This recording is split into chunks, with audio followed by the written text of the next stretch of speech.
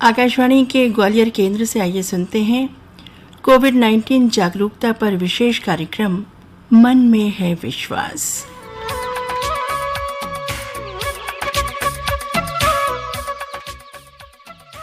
कार्यक्रम सुनने वाले सभी श्रोताओं को कल्पना प्रदीप का नमस्कार।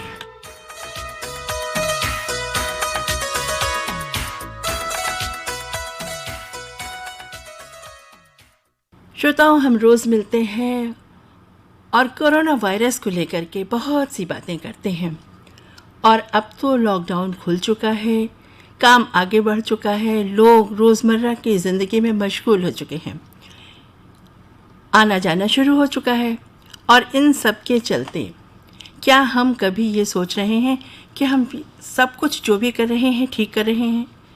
क्योंकि जब हम ये देखते हैं कि और आंकड़ों के बारे में जानकारी हासिल होती है, तब ये देखने में आता है कि ज्यों-ज्यों दवा की मर्ज़ बढ़ता ही गया। ये मर्ज़ क्यों बढ़ रहा है? दवा तो हम ले रहे हैं, लेकिन क्या हमने कभी ये सोचा है कि ये दवा जो हम ले रहे हैं सही तरीके से ले रहे हैं? क्या हम सही दवा ले रहे हैं? मसलन श्रोताओं, हम आपसे ये कहना चाहते हैं कि हम अपनी रोज़मर्रा की ज़िंदगी को क्या सही तरीके से निभा रहे हैं?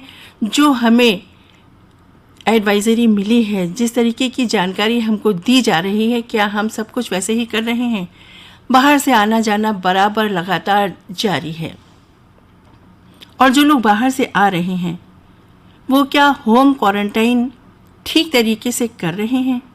होम क्वारंटाइन में थोड़ी सी भी लापरवाही परिवार को संक्रमित कर देती है, और यही संक्रमण जब बहुत बढ़ जाता है तो मुश्किल का सबब बन जाता है। हमें इन सबब से उबरना होगा। आपको ख्याल रखना होगा कि अगर आप दूसरे शहर से आ रहे हैं तो सबसे पहले अपना चेकअप कराएं। डॉक्टर आपको होम क्वारंटाइन की सलाह दे रहे हैं। सैंपल लेने के लिए उन्होंने आपको कब बुलाया है? जब बुलाया है तब आप ज़रूर जाएं। घर के सदस्यों के साथ दूरी ज़रूर बनाए रखें। खांसते छींकते समय मुंह पर हाथ रखें। मास्क पहनना बहुत ज़रूरी होता है, ये आपको मालूम है ना? मास्क का उपयोग ज़रूर करें, सफाई का पूरा ख्याल रखें। ये सारी बातें हमारी आपकी रोज़ होती हैं। इन बातों का ख्याल हमें रखना ही होगा और रखना ही होगा।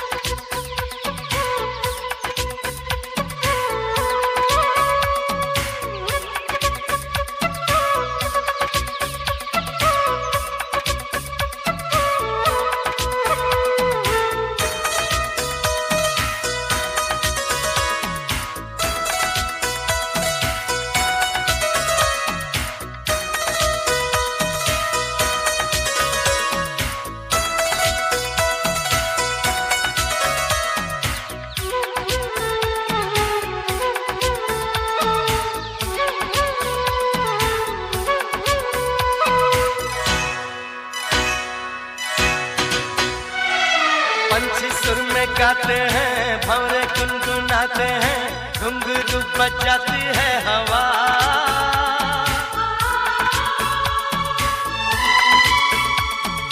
ऐसे मुस्कुराती है, यूं फिजा बुलाती है, जैसे हो ये मेरी दिलरुबा। पंछी सुर में गाते हैं, भंवरे गुनगुनाते हैं, घुंघरू बजाती है हवा।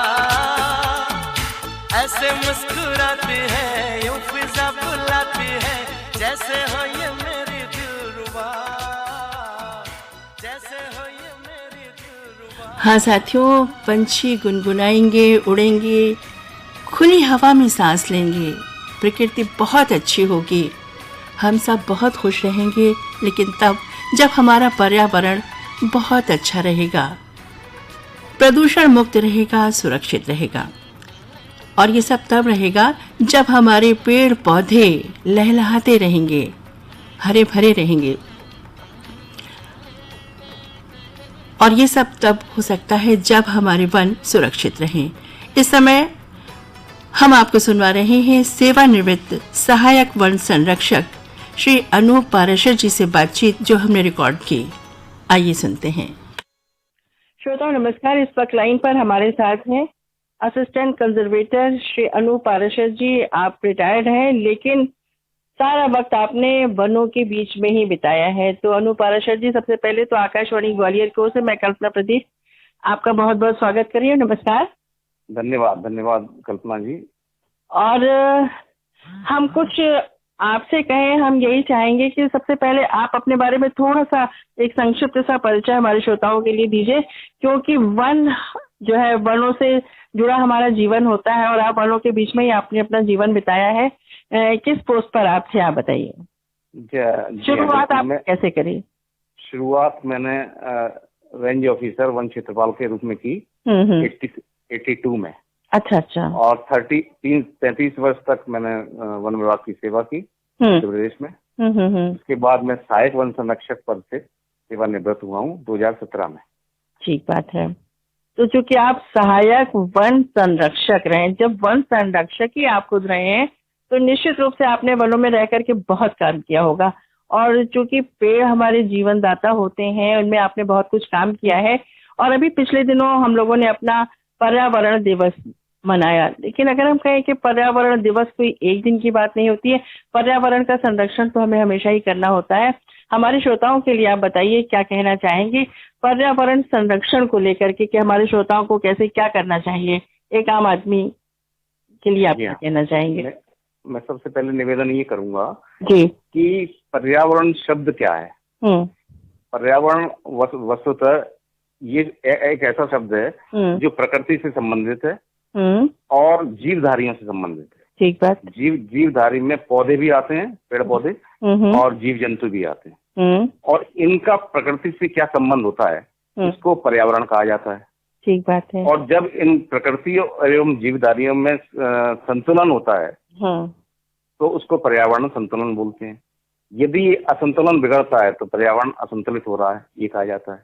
ठीक है। तो ये वो मैं पूरी बात ये कहना चाहूंगा सामान्य जनों से कि इस पृथ्वी पर जो कि जितने भी पूरे ब्रह्मांड में ग्रह उपग्रह हैं, तारे सितारे हैं, सोम मंगल बुध बृहस्पति शुक्र शनि, ये ग्रह हैं। हमारी पृथ्वी तो उपग्रह है, और इस उपग्रह में इस पूरे ब्रह्मांड में केवल इसी उपग्रह पर, पृथ्वी उपग्रह पर ही ऑक्सीजन है, जो कि प्राणवायु है, आप जानती हैं। तो ये प्राणवायु जो है वो यदि नहीं होगी तो ना तो जीव बचेंगे, जीव जंतु, ना पेड़ पौधे बचेंगे। ठीक बात है। तो ये इसके बीच में हमें ये विचार करना होगा जरूर, आवश्यक रूप से, कि हम अपने अस्तित्व के लिए, और जो हमारा जो अस्तित्व है मानव का, वो पेड़ पौधों पर, वृक्षों पर, अन्य जीवधारियों पर निर्भर है। इसको सह अस्तित्व के नाम से यदि कहा जाए तो ज्यादा उचित होगा। और हमारा जीवन इनके अस्तित्व पर भी निर्भर है। आप जानती हैं कि वृक्ष जो है वो कार्बन डाइऑक्साइड वातावरण से लेते हैं और ऑक्सीजन देते हैं, और जीव जंतु कार्बन डाइऑक्साइड छोड़ते हैं और ऑक्सीजन लेते हैं। आप ये देखिए कि ये कितना बड़ा सहसामंजस्य है।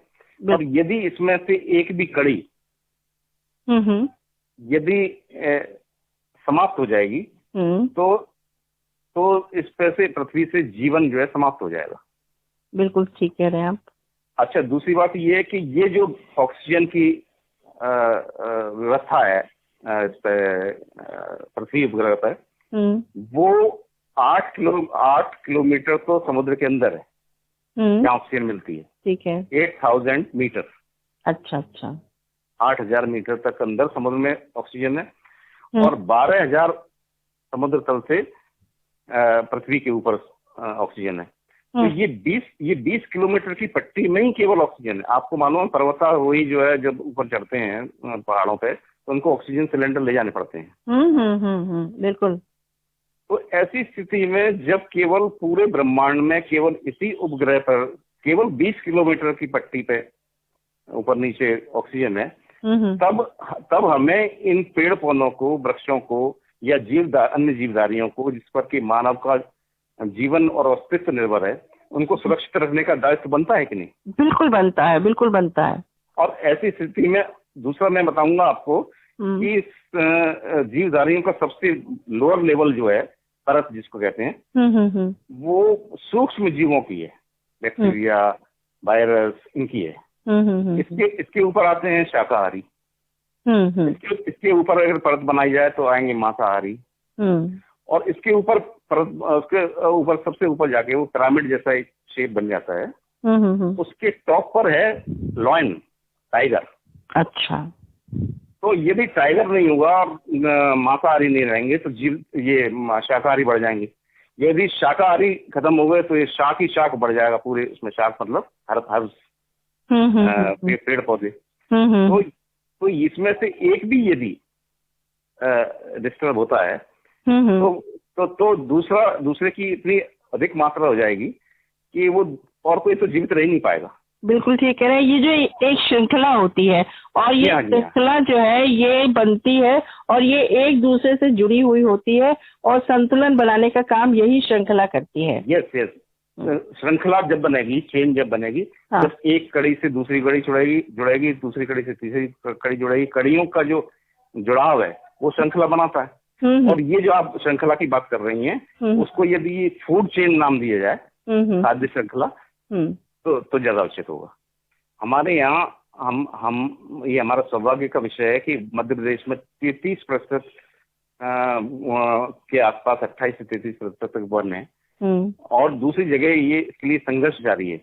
और इस कदर ये वन और पेड़ पौधे नष्ट हो रहे हैं कि उसकी वजह से आप ये देख रही हैं कि बाढ़, भूकंप और जितने भी प्राकृतिक आपदाएं हैं वो बराबर आती जा रही हैं। हाँ। और ये आपने ये पहले देखा होगा, जब हम और आप अबोध रहे होंगे, तब 4-4 महीने की ऋतुएं होती थी। और उन ऋतुओं को भी बिल्कुल क्लियर कट, बसंत, हेमंत, शिशिर, इनमें बांटा जाता था। उनके ऊपर साहित्य थे हमारे यहाँ। वो सब कुछ डिस्टर्ब हो गया। ओजोन परत जो उसको अल्ट्रावायलेट रेज को पृथ्वी पर आने से रोकती हैं, उसमें छेद हो गया है। और ये सब छेद जो है वो इतना ज्यादा ग्लोबल वार्मिंग कर रहा है कि प्राणियों का अस्तित्व खतरे में आ गया है पूरा। बिल्कुल। मतलब आप देखिए कि दिनों दिन वातावरण तापमान बढ़ता जा रहा है और बेचैनी बढ़ती जा रही है। बिल्कुल। ये इसकी जिम्मेदार हमको दें। मतलब ये केवल एक वृक्ष जो है, यदि हम सुरक्षित रखें और उसको जीवित रखें और उसको जो है पालें पोसें तो हमारा जीवन बचा रहेगा। हमने वन विभाग के विभिन्न शाखाओं में काम किया है। जैसे पुलिस विभाग में CID और क्षेत्रीय रहते हैं, ऐसे हमारे वन विभाग में रहते हैं। अल्ट्रा फोर्स है, ये पैरामिलिट्री फोर्स है। तो उसकी विभिन्न शाखाओं की उपयोगिता मैं समझता हूँ। उसमें सबसे ज्यादा इम्पोर्टेंट है वृक्षों का संरक्षण, उसका संवर्धन और वन्य प्राणियों का संवर्धन। आप खुद वन संरक्षक रहे हैं, तो संरक्षण के तौर पर आप खुद क्या करते थे? आपकी क्या भूमिका थी? आपने क्या किया? मैंने विभिन्न पदस्थितियों में, जो शाखाएं थी उनमें पदस्थ रह के जो शासन के द्वारा मतलब अलॉटेड वर्क रहते थे, जो आपको जिम्मेदारियां ईमानदारी थी, हाँ, पूरी ईमानदारी से किया और करवाया। ठीक है। जहाँ प्रोडक्शन की बात थी वहाँ हम लोगों ने प्रोडक्शन में काम किया। जहाँ प्लांटेशन की बात थी वहाँ प्लांटेशन में काम किया। जहाँ वन्य प्राणी की बात थी वहाँ वन्य प्राणी में काम किया। जहाँ क्षेत्रीय, जहाँ नियंत्रण की बात थी, प्रोटेक्शन की बात थी, वहाँ प्रोटेक्शन में काम किया। और लोगों को प्रेरित किया साथ साथ में वृक्ष लगाने के लिए और वनों की सुरक्षा के लिए। और जिन्होंने भी इसको नष्ट करने की कोशिश की उनको सजाएं दिलवाई, उनके विरुद्ध प्रकरण कायम करवाए, कोर्ट में चालान करवाए, खुद पैरवियां की, उनकी ईमानदारी से जांच की। और अधिकतम मैं अपनी बात कह रहा हूँ, मतलब मैं अपनी तारीफ नहीं कर रहा, लेकिन मेरे द्वारा बनाए गए जितने भी प्रकरण थे उनमें प्राय सभी प्रकरणों में लोगों को सजाएं हुई। ओहो, अच्छा।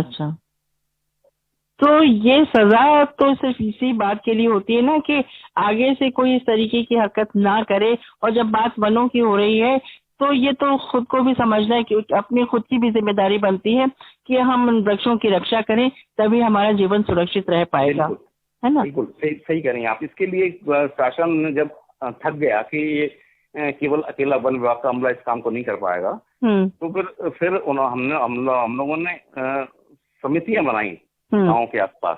गाँव के आसपास 5 किलोमीटर की रेंज में वन सीमा की परिधि से।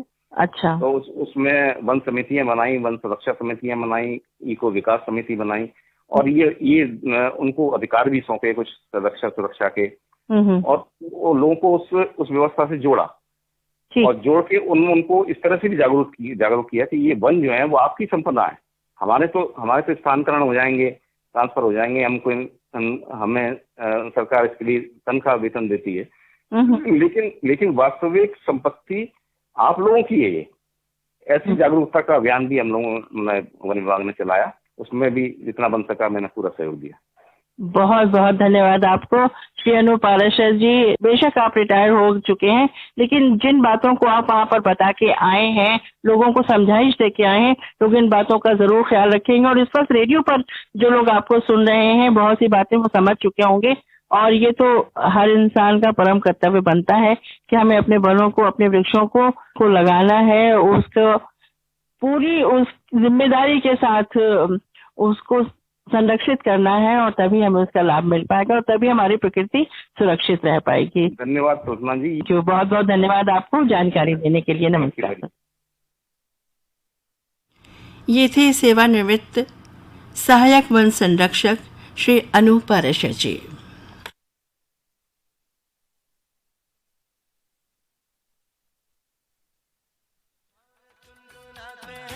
घुंघरू बजाती है हवा, ऐसे मुस्कुराती है, यूं फिजा बुलाती है, जैसे हो ये मेरी दिलरुबा, जैसे हो ये मेरी दिलरुबा।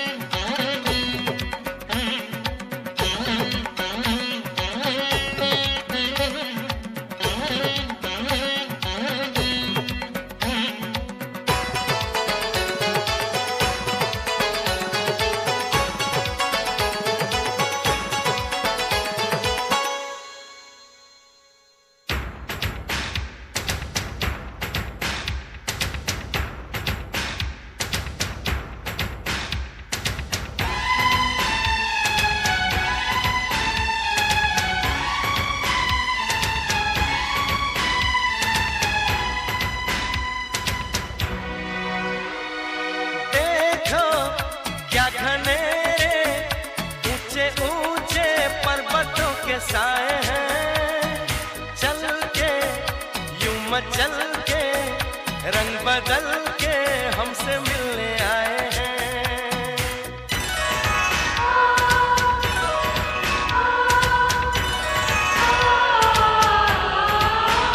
ओ देखो क्या घनेरे ऊंचे ऊंचे पर्वतों के साए हैं चल के यूं मचल के रंग बदल के हमसे मिलने आए हैं। खुशबू है पहाड़ों की, मस्ती है नजारों की, सबके दिल पे छाया है नशा।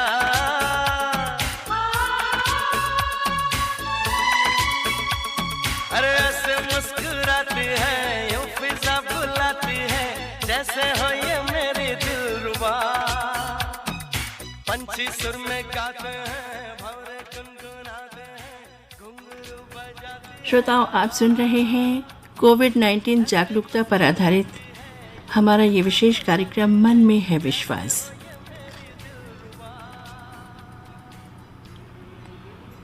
ये विश्वास तब बना रहता है जब हमारे साथी हमारा साथ देते हैं, और कोरोना योद्धाओं की तो बस कमी नहीं है। हम बहुत से लोगों से आपकी मुलाकात करवा चुके हैं और आज हम आपकी मुलाकात करवा रहे हैं, आपको ये रिकॉर्डिंग सुनवा रहे हैं। हमने रिकॉर्ड किया। श्री मनोज सुमन जी से हमने बात की। आप डॉक्टर अंबेडकर नागरिक सहकारी बैंक मर्यादित ग्वालियर में CEO हैं। सुनिए ये बातचीत।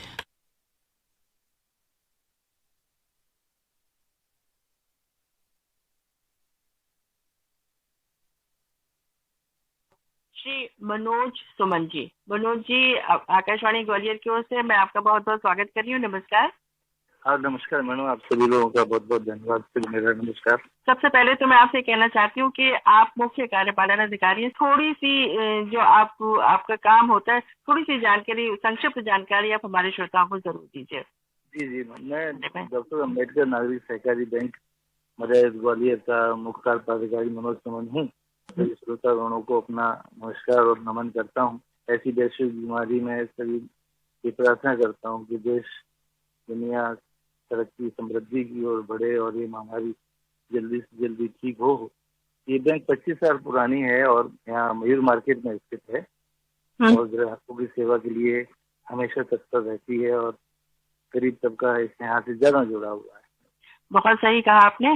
तो मनोज जी, सबसे पहले तो हम आपसे यही जानना चाहेंगे कि जिस तरीके से कोविड-19 जिस तरीके से पूरा फैला हुआ है चारों तरफ और बढ़ता ही चला जा रहा है, इस रूप से लॉकडाउन खुल चुका है और लॉकडाउन के समय भी जिस तरीके से डॉक्टर्स, पुलिस, मीडिया कर्मी सब पूरा कोरोना योद्धा कहलाते रहे, तो बैंकों की भूमिका बड़ी जबरदस्त रही इस दौरान।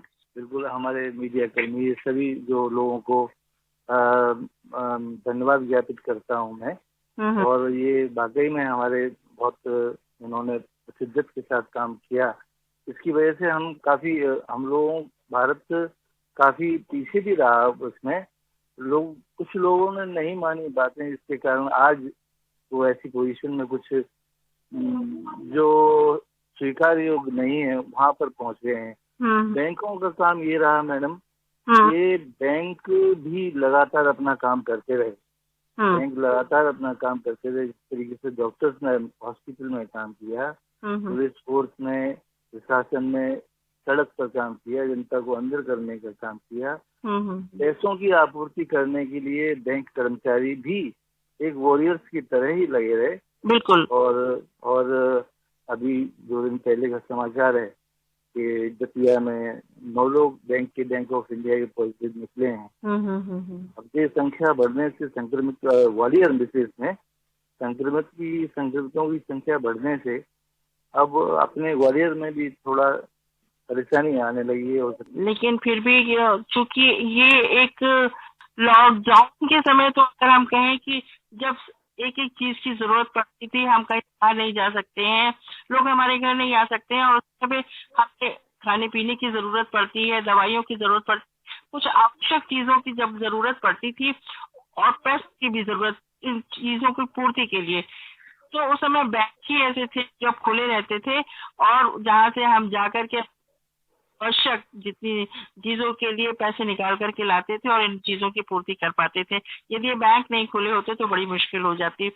ऐसे में आप लोग क्या करते थे? आप लोगों को भी तो मुश्किल होती होगी। तो कुछ लोग स्वाइप करके पैसा देते हैं, कुछ पैन कार्ड से निकालते हैं, कुछ अपने मोबाइल टू मोबाइल आजकल नए ऐप से ट्रांसफर करते हैं।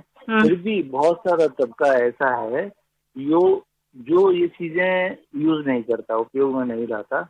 उसके लिए वो बैंक तक आता ही आता है, उसको बैंक में आना ही पड़ता है। इसलिए हम तब भी सेवा में तत्पर थे, हम लोग अब भी सेवा में तत्पर हैं। बैंकर्स उनको बिल्कुल सहयोग करते हैं। निश्चित तौर पे एक न एक दिन हम लोगों की जीत होगी और हिंदुस्तान इस चीज से, भारत, पूरा विश्व इस चीज से मुक्त हो जाएगा। सुरक्षित घर में रहिए, सेफ रहिए। आवश्यकता हो तो ही घर से बाहर निकलें। यही उद्देश्य, मास्क पहने, सैनिटाइजर का उपयोग करें। यही 2-4 बातें, मुश्किल से 4-6 बातें हैं जिनको विशेष सोशल डिस्टेंसिंग, जिनको विशेष ध्यान में रख के हम लोग इससे बच सकते हैं। बिल्कुल। और इसके अलावा अभी वैक्सीन तो आई नहीं है, उसका शायद इंतजार करना पड़ेगा। तो ये तो सामान्य बातें हैं और निश्चित रूप से अब तक की बातें लगभग सभी लोग समझ चुके हैं।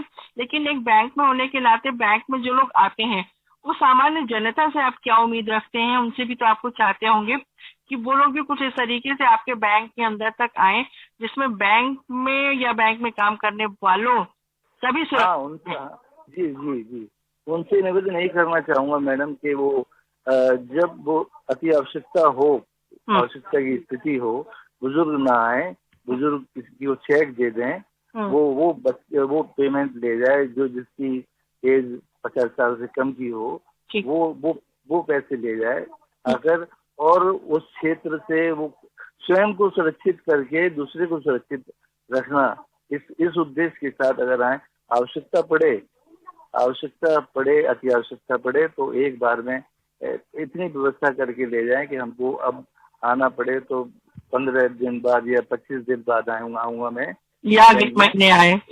हाँ, एक दिन आए, सैनिटाइज करके आए। बैंक भी इस चीज का ध्यान रखती है कि जब कस्टमर आए तो सैनिटाइज करके आए। अननेसेसरी कोई जानकारी प्राप्त करना किसी चीज की, और मतलब अति आवश्यक कार्य से ही बैंक में आए तो ज्यादा अच्छा है, उनके लिए भी और बैंकर्स के लिए भी, दोनों का ही हित इसमें समाहित है। बस ये कुल मिला के बात ये कि जब तक कि बहुत ही ज्यादा जरूरी ना हो तब तक बैंक ना ही जाए तो अच्छा है। छोटी छोटी जानकारियों के लिए भी हम बैंक चले जाते हैं, तो अभी फिलहाल ऐसा माहौल नहीं है कि हम इस तरीके से रहें। अभी फिलहाल ऐसा माहौल नहीं है कि हम मतलब अतिरिक्त जानकारी लेने के लिए घर से निकल पड़े कि बैंक घूम के आते हैं, पासबुक में एंट्री करवा के लेके आए, हमारा क्या इंटरेस्ट हो गया, ऐसे काम के लिए नहीं। पैसे की आवश्यकता है, घरेलू जरूरतें पूरी करनी है, इसके लिए पैसों की आवश्यकता है, पैसे निकालने के लिए आए, बिल्कुल उनका स्वागत है, उनकी सहायता करने के लिए तैयार हैं, ऐसा उन्हीं का है। अनावश्यक रूप से ना आए। अच्छा, एक बात जी, हाँ, वो तो बात समझ में आ गई कि अनावश्यक रूप से ना आए, लेकिन मैं एक बात जानना चाहती हूँ आपसे कि अगर किसी को कुछ पूछना ही है तो वो फोन से भी पूछ सकता है? हाँ, हम लोग उसके लिए बिल्कुल तैयार हैं, हम लोग उसके लिए बिल्कुल तैयार रहते हैं। ले ले। हाँ, जानकारी बैंक से फोन पर, मोबाइल पे, किसी भी उपलब्ध है, आदमी उसके लिए तैयार है। हम लोग बताते भी हैं, आ भी रहे हैं इन दोनों, फोन से भी लोग बाग जागरूक हैं, लोग बाग जागरूक हैं। तो ये बहुत अच्छी बात है कि अगर बहुत ही ज्यादा कुछ जानकारी हासिल करना है तो फोन से जानकारी हासिल कर ले। और आपने बहुत अच्छा कहा कि आप तो पूरी तरीके से तत्पर हैं, जैसे भी मदद होगी आपकी तरफ से जरूर की जाएगी। बहुत बहुत धन्यवाद मनोज सुमन जी, आपको बैंक के बारे में बेहतर जानकारी देने के लिए शुक्रिया। आपको बहुत बहुत धन्यवाद। प्रार्थना करता हूँ कि जल्दी से जल्दी ये वैश्विक बीमारी का निराकरण संभव हो सके, हम लोग प्रगति के पथ पर चले में। धन्यवाद। ये थे श्री मनोज सुमन, मुख्य कार्यपालन अधिकारी, डॉक्टर अंबेडकर नागरिक सहकारी बैंक मर्यादित, ग्वालियर। बहुत सी जानकारी इन्होंने दी और बहुत कुछ बताया कि हम अपने आप को सुरक्षित कैसे रख सकते हैं। बैंक के काम को लेकर के हम किस तरीके से थोड़ी सी सावधानी बरत सकते हैं और कोरोना वायरस के संक्रमण से बच सकते हैं।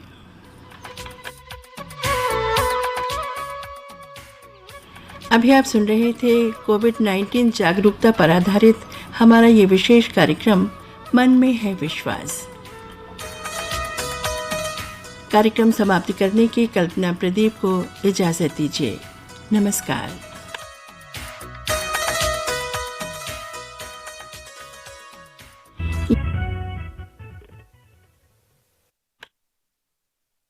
अगला प्रसारण भोपाल से होगा।